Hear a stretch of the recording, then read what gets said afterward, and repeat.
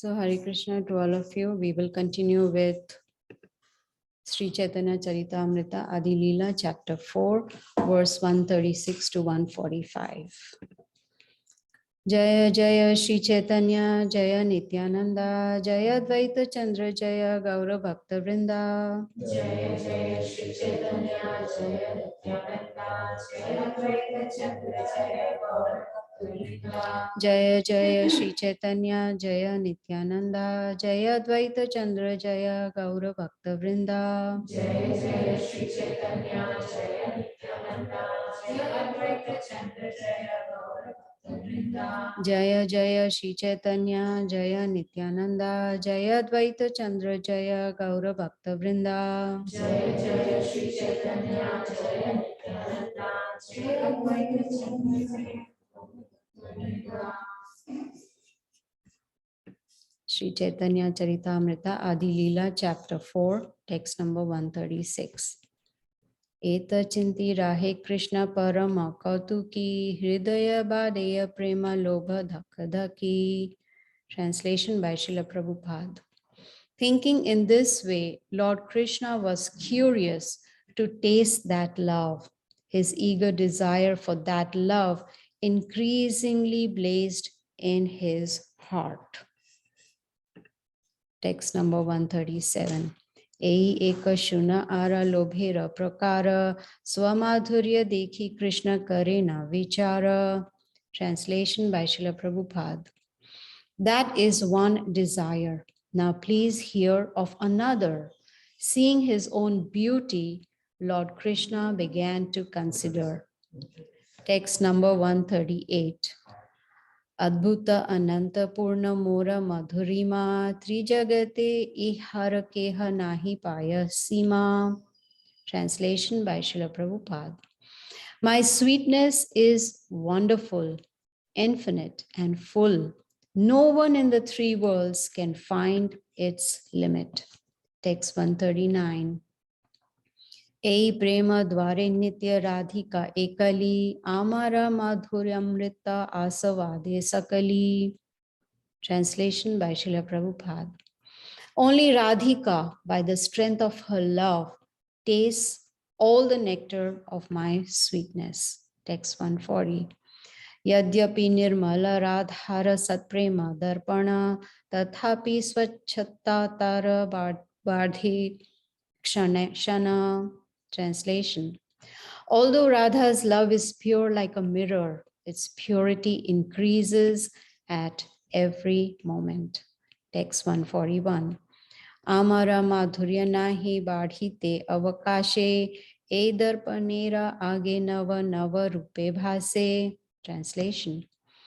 My sweetness also has no room for expansion, yet it shines before that mirror in newer and newer beauty. Text 142. Manmadhurya radhara prema donhe hodakari kshane kshane badhe donhe keha nahi hari. Translation. There is constant competition between my sweetness and the mirror of Radha's love. They both go on increasing, but neither knows defeat. Text 143. Amara madhurya nitya nava navahaya swaswa prema anurupa bhakti asvadaya. Translation.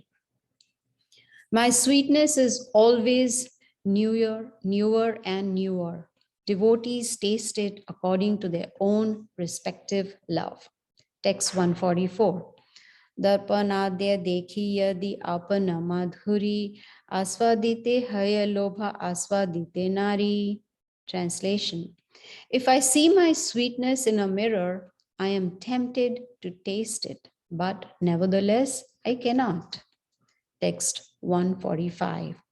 Vichara kariye yadi aswada upaya radhika swarupa haite tabe manadhaya.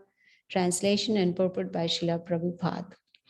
If I deliberate on a way to taste it, I find that I hanker for the position of Radhika. Purport.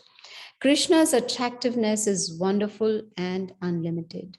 No one can know the end of it. Srimati Radharani alone can relish such extensiveness from her position in the Ashraya category.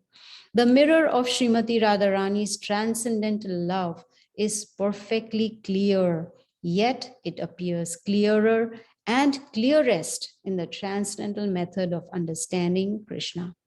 In the mirror of Radharani's heart, the transcendental features of Krishna appear increasingly new and fresh. In other words, the attraction of Krishna increases in proportion to the understanding of Srimati Radharani. Each tries to supersede the other. Neither wants to be defeated in increasing the intensity of love. Desiring to understand Radharani's attitude of increasing love, Lord Krishna appeared as Sri Caitanya Mahāprabhu. Om Jnanatimirandasya Jnananjana Shalakaya Chakshurunmritam Yena Tasmai Shri Gurave Namaha. So we are still continuing with these beautiful verses describing Radharani's love for Krishna and Krishna trying to relish and taste that love. So Krishnadas Kaviraj Goswami gives very nice, of course, he recites all these beautiful verses. And the first verse that we read talks about desire number 1 of Krishna. That means Krishna also has desires, but they are not material. So his desire is to taste that love. And that's what we've been hearing in the past few verses, where Krishna is saying that I have come as Chaitanya Mahaprabhu because I want to relish that same love. So imagine Krishna is the Supreme Personality of Godhead and he cannot do what he wants to do.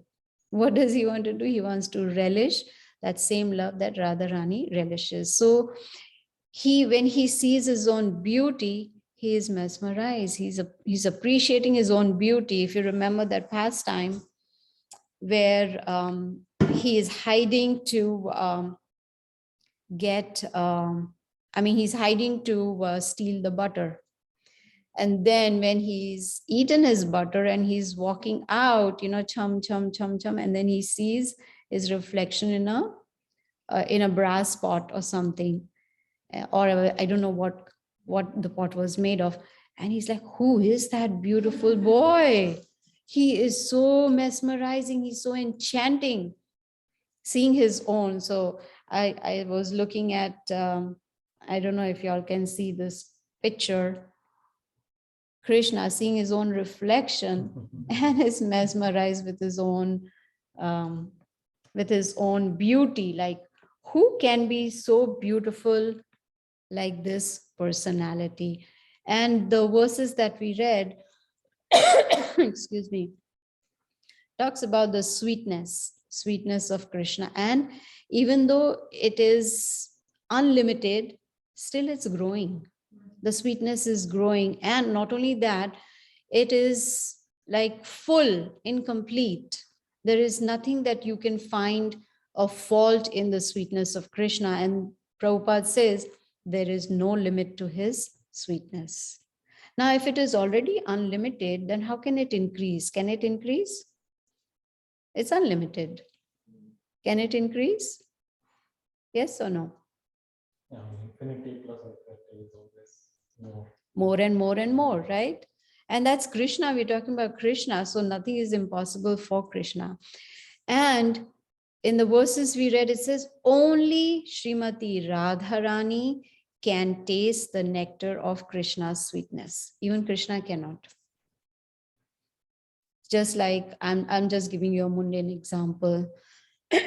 Supposing I'm very beautiful, I want to see my beauty. Can I see my beauty like this? No, I cannot.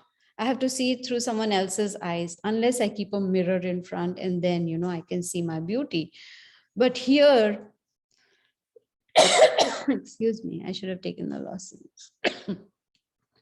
But here we can see that Krishna, he wants to see his own beauty. He cannot unless he sees it in a reflection. He's the Supreme Personality of Godhead. Only Radharani can taste the nectar of sweetness of Krishna. And how is it described, her love?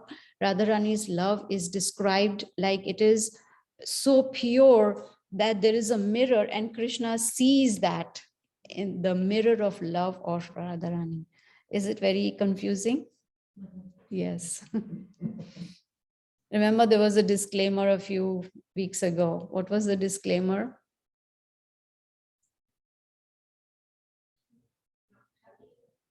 We don't have the realization, so we are just taking it theoretically. We are trying to understand it theoretically. Realization will come by the mercy of Guru and Krishna. So even though Radharani is most pure, it is said that her purity is also increasing. Now, how is that possible? It's like to the limit, unlimited, limitless, and yet it is increasing. And Krishna's sweetness is shining in the mirror of pure love of Srimati Radharani. One of the verses that we read, it talks about there's a competition between the two. Is his sweetness more or is her purity more? There is a competition. Srila Prabhupada says, in spiritual life, competition is okay. Just like in spiritual life, it's okay to be selfish. If it's something to do with your own Krishna consciousness or your progress in your own devotional life. So here there is a competition going on. Whose is better? Because both are increasing. Krishna's sweetness and Radharani's pure love is both increasing. And in verse number 143, we read that Krishna's sweetness is getting more and more newer and newer. So then I started thinking, what will be the limit, like in the sense, where is it going to stop? And wherever it stops, how new is it going to be? Beyond our conception. We can only learn it theoretically.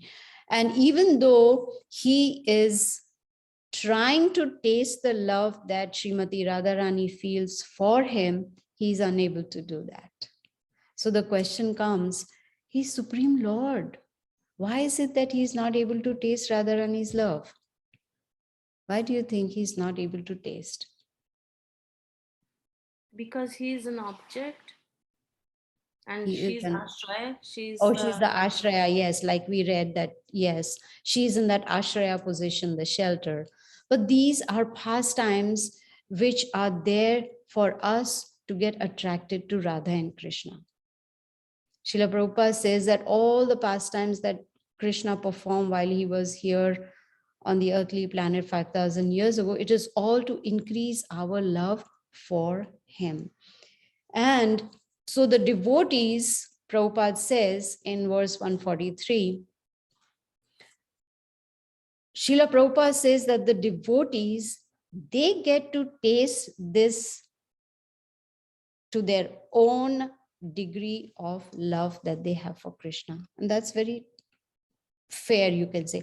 Like in Bhagavad Gita, Krishna says, Ye yathama prapadyante tamstatheva bhajamyam. As one surrender unto me, I will reward them accordingly. So similarly, it depends on the degree of love and sincerity and seriousness that a devotee has towards Krishna. To that degree, that devotee will relish the love for Krishna. And that's very, very fair. So it depends on the extent we go forward in Krishna consciousness. Remember last time we talked about it can be a gradual, right? So that gradual progress depends on us, whether we want to gradually progress in this life or we want to be so gradual that it takes us many lifetimes to really understand love of Krishna. So here are choices there, how much love we want to give to Krishna. Now, just like Krishna is seeing his sweetness in the mirror of Radharani's pure love, similarly, devotees also like to see Krishna.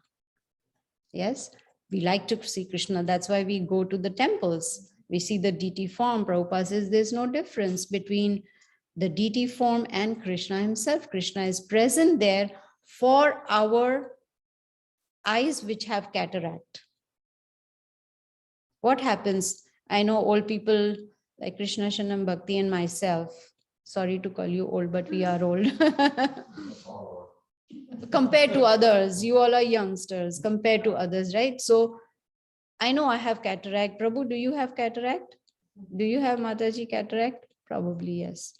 So we cannot see clearly, especially in the night time when we are driving and those headlights, oh, we don't know which side to go because of cataract. Now whose fault is it? Is it the fault of the other drivers or it's my fault? Obviously it's my fault because cataract is in my eyes, right? So until and unless that cataract is removed, the vision is not clear. So we must understand that this cataract that we have is that Maya. Maya is there as a cataract in our eyes, and that is blurring our vision to see Krishna clearly. And the moment that cataract is removed, then we will be able to see. So when we go to the temple and have darshan of the deities, we are unable to see Krishna standing there. I'm talking about myself. We are not able to see Krishna standing there. We are only thinking of him as a deity form. Srila Prabhupada says, when a devotee comes to that pure stage, that devotee can talk to Krishna in the temple, can see Krishna and have a conversation with Krishna. This is beyond our conception, right? Many think that, oh, deities, they are either made of wood or, metal or brass or, marble. One time, Guru Maharaj was asked, you've seen his beautiful deities, right? So beautiful. What do you think they are made up of? Neem? Neem? Wood? Love. Yes, Guru Maharaj's reply was, they are made out of love. This is how you see the deities. They are made out of love. But we are so conditioned that automatically we come up, oh, you have brass deities at home? They look so beautiful, right? This is our natural response. Prabhupada says we can see Krishna through our ears. That is why in Kali Yuga, we have to chant attentively to be able to see Krishna. Bilva Mangala Thakur, he was blind, but still he saw Krishna within his heart. He didn't need vision to see Krishna. So to see Krishna, it all depends on our sincere efforts. How much Krishna sees, how much effort are we putting in towards Krishna consciousness, towards our bhakti, then accordingly he reveals himself. Now in verse number 145, the last verse that we read today, it says that Krishna is hankering for position of Radharani. Now, Krishna is the Supreme Lord. There's no one equal to him. There's no one above him. And yet, he wants Radharani's position. How many of us think like that when we see devotees? I want to be in that devotee's position. Look at that devotee, like, say, for instance, the personal servants of Guru Maharaj. They are serving Guru Maharaj all the time, right? Helping him by his side 24/7. How many of us think that I wish I was there in that position, right?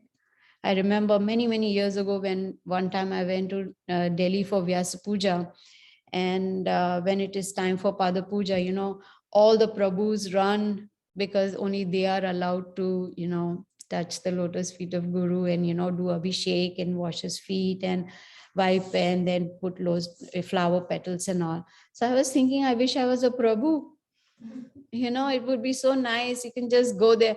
Even when Janardhan Maharaj was coming, we were just, all ladies were just looking what's going on. Oh, now they put water on him. Oh, now we could only be spectators, right? But is it possible for us to do Pada Puja? Yeah.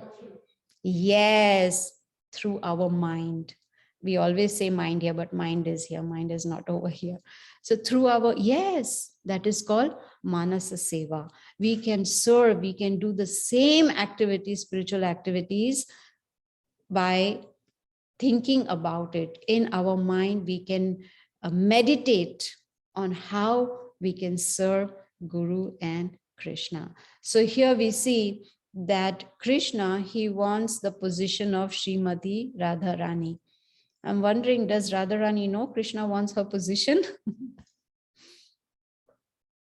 So here, Radharani's love we know is increasing. Krishna's sweetness is increasing. Why is it Srimati Radharani's love increasing even though she's already the epitome of purity? Because she's the greatest devotee of Krishna. And Srila Prabhupada says, this is the sign of a great devotee. And we know that the name Krishna, what does it mean? All attractive. All means all, not 5%, 10%, 30%. No, it means all. But yet his beauty is increasing. He's already all attractive and he's becoming more and more attractive. This depends on the vision of the seer, how the person is able to see Krishna, in what meditation, in what attitude, in what devotion a devotee is seeing the deity form of Krishna. So even though he is complete attraction, yet one is attracted. I was listening to this lecture, and there Maharaj was saying that Krishna's attraction is like that magnet, magnet. And if we are like those iron fillings, then we'll automatically go and get stuck. Does that make sense? Automatically, there'll be no, effort. Like, it's like someone, if I want someone to come to a program, say to a Bhagavad Gita class, I don't have to pull them by their hand and say, come, please come, please. No need. It'll be like, lecture? Oh, yes, I am coming. That is, instant attraction. So this is how Srila Prabhupada explains that even though Krishna is most attractive, his sweetness is increasing day by day. His beauty, his attraction is increasing all the time, complete attraction. It is growing, it is unlimited, it is endless.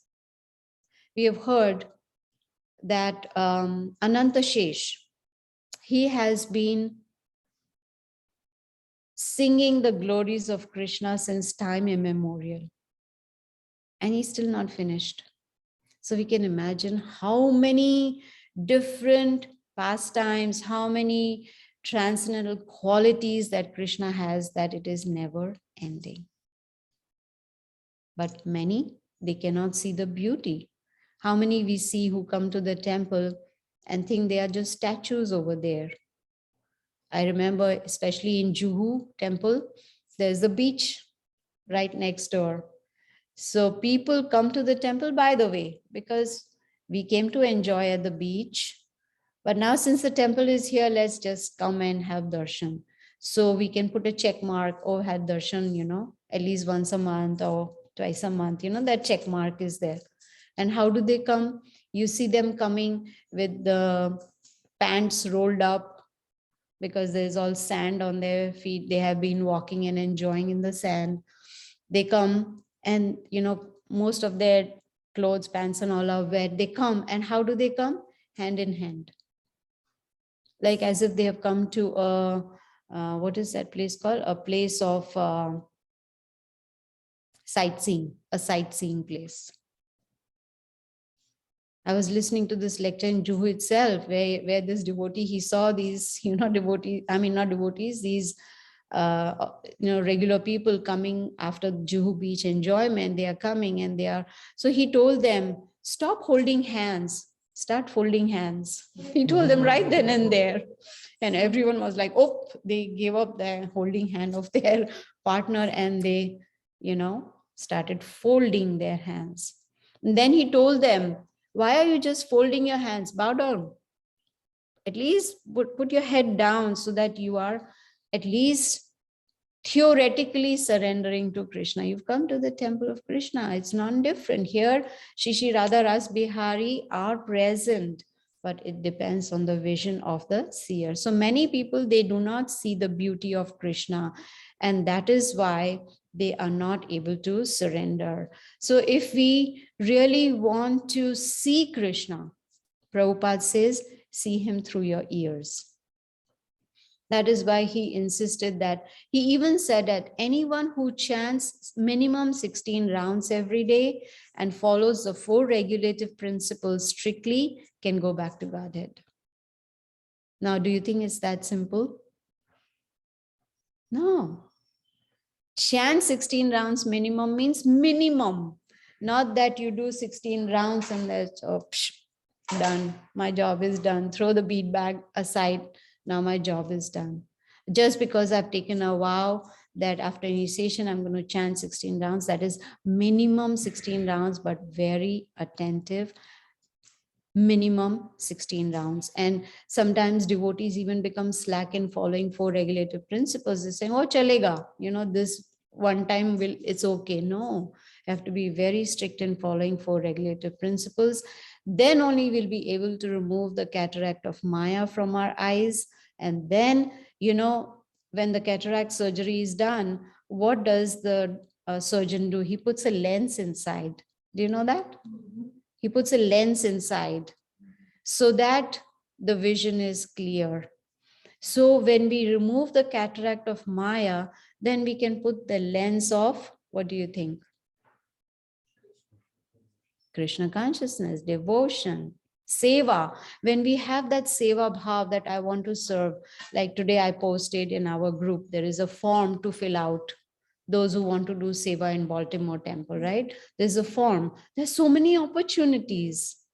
We can do cooking, cleaning, serving, so many, transportation. There's so many different opportunities for seva. So when we do seva, then we become more and more humble. So, and best thing is to serve the devotees. Right? We have heard, if you want to please Krishna, we need to please Radharani. If you want to please Radharani, we need to please Caitanya Mahāprabhu.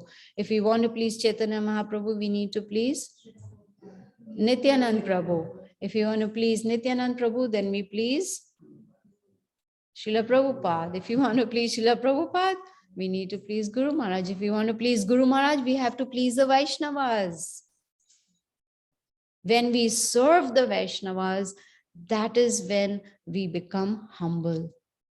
And humility will help us in progressing in Krishna consciousness. So we can see Srila Prabhupada is saying in his purport of the last verse, 145, that Srimati Radharani is the only one who can relish Krishna's sweetness, Krishna's love. She's the only one. Why? Because her love is perfect and it's perfectly clear. Still, it appears to become more and more clear. This is beyond our conception. It's already perfectly clear. Is there anything beyond perfect? Even if you say perfect, more perfect, most perfect, beyond that, there's nothing more. But still, Srila Prabhupada says, it is becoming more and more clear. Why? Because she is attracted to Krishna. And in Radharani's heart, Krishna can be seen, and Krishna in Radharani's heart appears to be new and fresh. Srila Prabhupada says, if you remember seeing that picture of Krishna and Arjuna on the chariot in the front page of Bhagavad Gita, Krishna is 125 years old. What does he look like? He's only 18 or 20. So young. So he is ever fresh and he's continuing to become more and more fresh and his beauty is increasing. So finally, Prabhupada says that our understanding of all that we learned today, all these verses, depends on the proportion of understanding we have of Srimati Radharani. In the Brahma Samhita, Lord Brahma says, Premanjana Churita Bhakti Vilochanena Santa Sadeva Hridayeshu Vilokayanti Yam Shama Sundaram Achinta Gunaswarupam Govindam Adi Purusham Tam Aham Bhajami. I bow down to that Krishna. And that can be seen with the Prema Anjana, with the ointment of love. When the ointment of love is put in the eyes, like ladies, we put kajal, right, in the eyes. So that kajal, if it is made of love, that ointment of love, then we will be able to see Krishna, then we will be able to understand who Krishna is. That is the stage of pure love for Krishna. No contamination, only love. Now, finally, we heard in the last verse 145 that there is this competition where both want to supersede each other. Radharani wants to be better than Krishna. Krishna wants to be better than Radharani. He wants to taste her love. She, her purity is increasing. It is, and neither of them want to be defeated. So that spiritual competition is good. But we as devotees, when we have a spiritual competition, oh, she made such nice halwa, I want to make better halwa. But we have to be careful. It should not lead to envy. Right? That spiritual competition should not lead to envy, that, oh, you did better than me. How is that possible? I have to now struggle hard to make it better so that everyone will praise my halwa. So you have to be very careful. But here, Radha and Krishna, they both want their intensity of love to become more and more and more. And Prabhupada says that the intensity of their love is increasing anyway. It's increasing more and more. How is that possible? Because it is on the transcendental platform. That is the reason Caitanya Mahāprabhu came more than 500 years ago to relish that taste, to relish that love that Srimati Radharani has for Krishna. Now, in the material world, the love reduces. I don't know if, no, I won't ask this question. You can understand, right? Like in the beginning, in the courtship days, dating days, oh, your eyes are so beautiful, like lotus flowers. Your teeth, they are like pearls. I love your smile. After marriage, 10 years, why are you showing your eyes? Stop looking at me like that. They look dangerous. And why are you showing your battisi? I don't want to see your teeth. They look like monkey's teeth. Monkey teeth. I didn't say it. They look like monkey's teeth. I don't know if you'll get prasadam today, that I don't know. But see? So where does that beauty go? That love, material love, reduces by passage of time. Then we become so familiar, and familiarity breeds contempt. So we have to be very, very careful, especially in our spiritual relationships, that we don't become too familiar, then we'll take each other for granted. Does that make sense? And that is why it is said, we should never get familiar with Guru Maharaj, because we will not realize when that familiarity will turn into contempt. And then we will forget that he is not an ordinary personality. He is the direct representative of Krishna. So one should not be very casual, especially in front of the spiritual master, and try not to be too casual in front of Vaishnavas also, because otherwise familiarity will breed contempt, and that could lead to Vaishnava aparadh. And we have to be very careful, because Vaishnava aparadh can really destroy our spiritual life. So in the material world, the love reduces. Now I'll tell you something that I don't know if you know about it, but if you don't, you will be shocked. I was shocked. So, when you browse through your emails, like especially after I sign out of Hotmail, then that page comes up with news, right? Do you come across that? When you log out of your email, then there is something, there's some news are there. So I was reading, there's this lady called Erica. She got married to Eiffel Tower in 2007. She got married to the Eiffel Tower in Paris because she was so attracted to it that she got married to it. Then after a few years, she got bored. Huh? I don't know if she worshipped the Eiffel Tower, but she got married to the Eiffel Tower. Guess what? After a few years, she got bored And now she has got attracted to a fence, a red fence. And her picture was there sitting on the fence, red fence. And she's admiring the beauty of red fence. Now she wants to get married to the red fence. Now I think such people need to go to a mental hospital.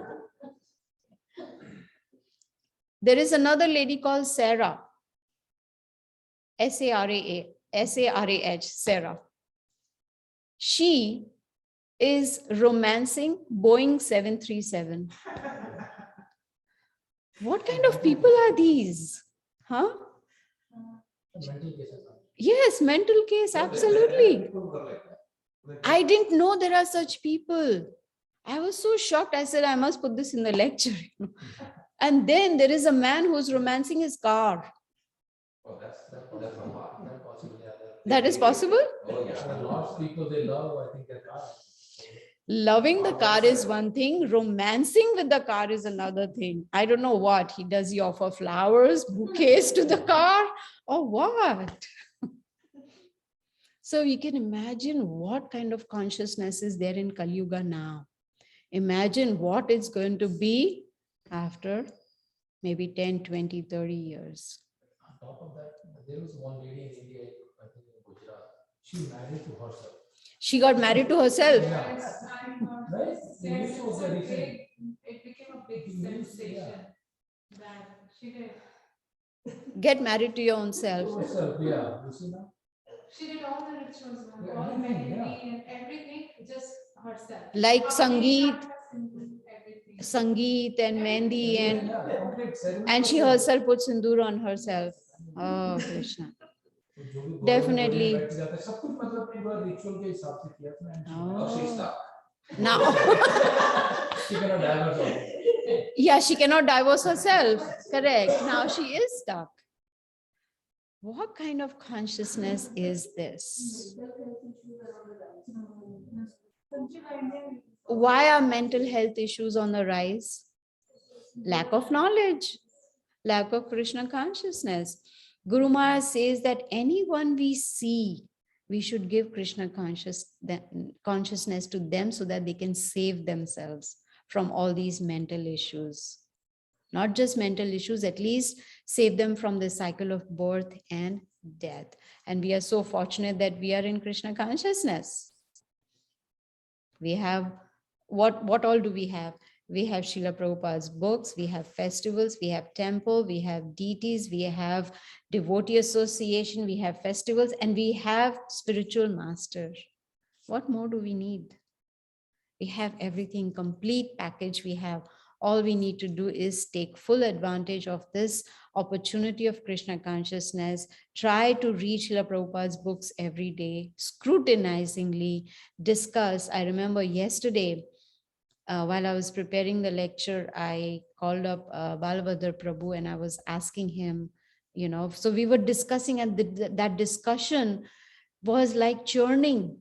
It was so beautiful because from one topic we went to the other topic and we both were learning simultaneously. So even in Bhagavad Gita, Krishna tells Arjuna, right? Tushyanti cha ramanti cha, that my devotees, when they gather, they read together, they discuss about me together, and this is how we progress spiritually. So associating with devotees is very, very important, and we should also have that seva bhav of serving, especially in the temple, and that way we can help each other advance. So all these verses that we read, that we are still reading since a few weeks, especially today's verses, are talking about Krishna's beauty, his sweetness, and Radharani's purity, her love for Krishna. This is what we are learning, which is ever increasing. So I'm going to end now. If anyone has any